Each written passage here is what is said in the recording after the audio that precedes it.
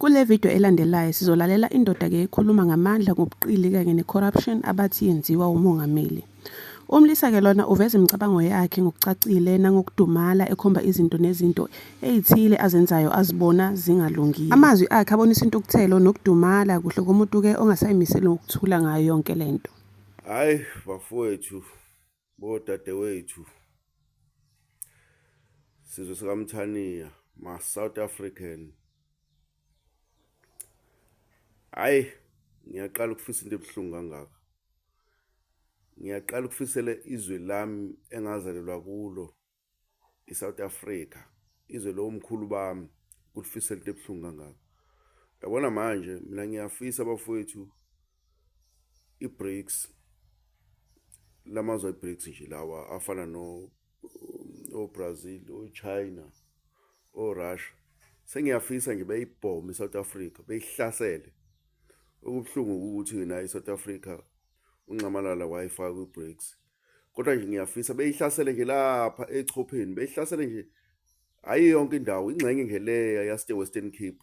Western Cape beyibhome nje.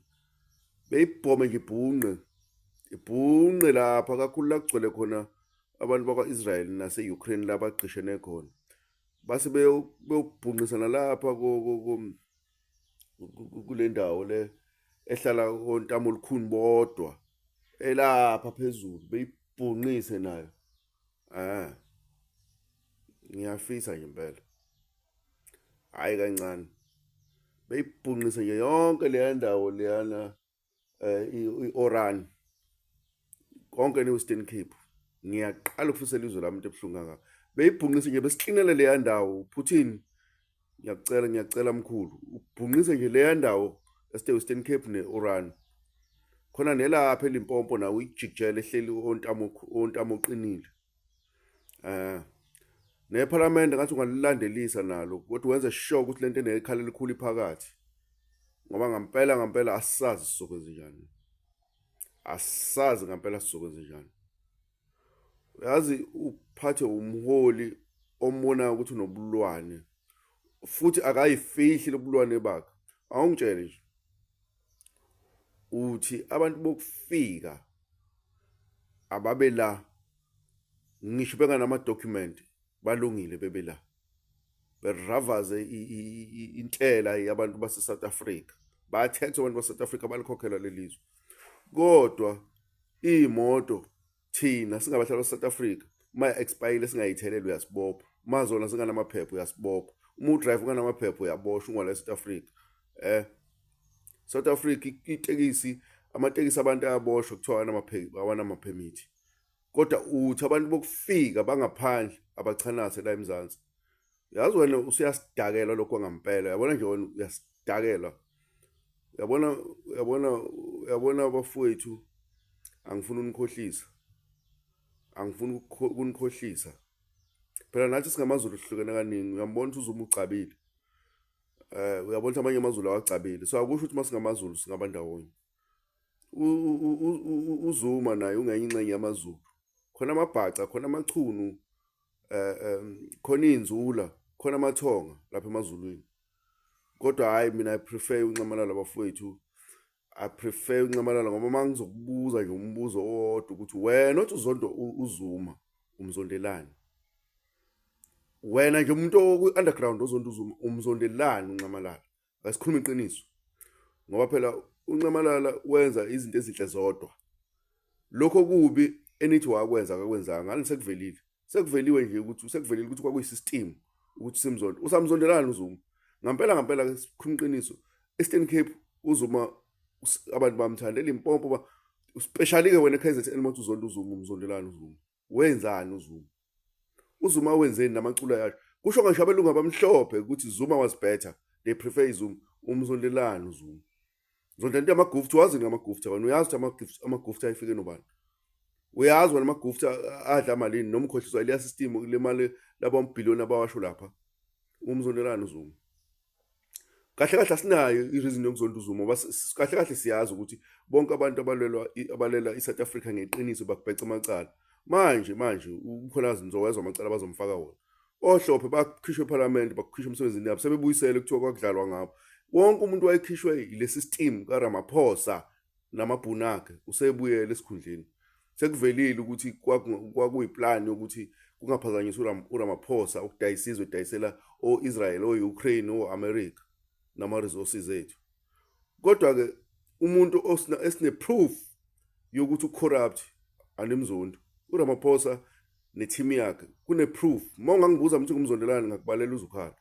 Waskema nge-COVID ukuzenza imali. Udayisa ngezwe lethu ulinikeza abantu bangaphandle. U-corrupt watholana nemali igcwele usolve $1 icala elikhulu kabi lelo. Iningi kakhulu imali eyenzile eSouth Africa. Usebenzisa amaphoyisa ukuhlumeza abantu base-South Africa. Uthatha izinto imisebenzi yabantu base-South Africa nezwe labantu base-South Africa ulinika abantu bangaphandle. Kuningi uhlukumeza amabhizinisi amancane wavalela ngaphandle. Kuningi lokho waphatha akakhandi lutho, akakhandi mamola, akakhandi ikola, akakhandi lutho, akakhandi imgwaqo, akaxhasi lutho, akakhandi RDP, akenzi lutho. Utshontsha imali. Uyabona into kubaleka zeningi kanjani angaqedi. Uyixoku uzosiqhatha usifake empini njengamanje uyayixova simazi noma uyi-BRICS noma ukuyinatho. Uyaxova nje uyaxova. Ufuna ngubalele kuningi kakhulu uhlukumeza abantu besilisa. Abantu besilisa abanama-right, abana-say under uRamaphosa, abanamabhizinisi. Umcindezeli, umdayisi, uyi-sellout. Ufuna ngubalele amabhizinisi akafuna abantu base-South Africa berana namabhizinisi. Uma ungasemzansi uzama ibhizinisi kunzima kabi ukuthi ufike lapho. Utshontsha imali eyidla nabangani bakhe. Udestroya kwasani. Ubulala South Africa. Kuningi angazi ngabala ngifikephi. So umbuzo wami ukuthi umzondelane uzobalani. Uzolokhu usibelesela lento yamagufta. Hayibo sesikhathele lesicefe lesitshela ngaso amagufta thina siyayazi lento yamagufta ukuthi kwakuyi-scam. Hayi iyahamba South Africa yethu bafowethu. Lahamba izwe lo babamkhulu kwaze kwabhlungu, kwaze kwanzima. Lapho sibhizi asiboni, lapho sibhizi umuntu owenza kahle sonke siyamxofa sijikele. Nilwelana nje noDudula ngoba uDudula wenza kahle. Nilwelana no much too much, nilwelana. Ake ningitshele webantu base Richards Bay kwesami isigodi. Ake ningitshele webantu basempangeni, aningitshele webantu baseMtuba, aningitshele webantu baseMpumalanga. La amanye ama-province. Niqala nini ukungenela amakhampani nezimboni nezitolo ukukhishwa abantu bokufika kusebenza abantu bendawo. Nibona bahlangene eThekwini nase-Gauteng nase-Joburg uma ngabe kukhishwa abantu kungena amafemini kukhishwa abantu kwenziwe shock ukuthi kufakwa abantu belocal abantu basemzansi. Nithuleleni nilindeni eRichards Bay nilindeni wonke lamafemi agcwele lapha nezimboni ezincane eziyimele ngoba isebenza abantu bangaphandle. Ngisho ama-truck akhona driver abantu bakoZimbabwe. Nilindeni. Yini njalo nihlalela emuva kodwa nikhuluma la kuma-social media nihamba phambili. Ayikhale manje ayikhale. MK ne-FP nina enibaningi lapha eKwaZulu lapha empangeni ko-Richards Bay kubheka uMtuba. Nilindeni. Kusho mina umfo wasembo ngithi ayikhale manje ayikhale ake sisukume nathi ake qale i-labor desk yala eBay Richards Bay kulindweni.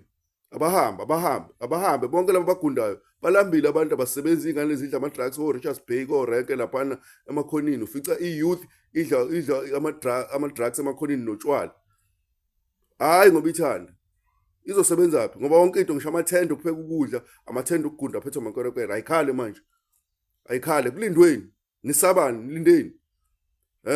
Angathi nkathi nisalwa no-NC niyinkathi nina nanihamba phambili kwazi ukuthi empangeni nesikhawu lapha noMtubatuba akubhediwe onongoma olunda akubhediwe kubulawa iqabane. Nihlwa yini ke pho manje ukuphinde nibambane nixosha abantu bokufika begcina lapha abagcwele lapha niphinde nithi Ramaphosa must fall. Nihlwa yini? Ake nisukume madoda ake nisukume sikhathele. Ake kube ile channel ke ngathi labo banayo i-channel le ka-government e-channel imoto zethu la. Hayi nathi akube i-channel ke i-channel iParliament i-channel ikwerekwere i-channel yonke. Amandla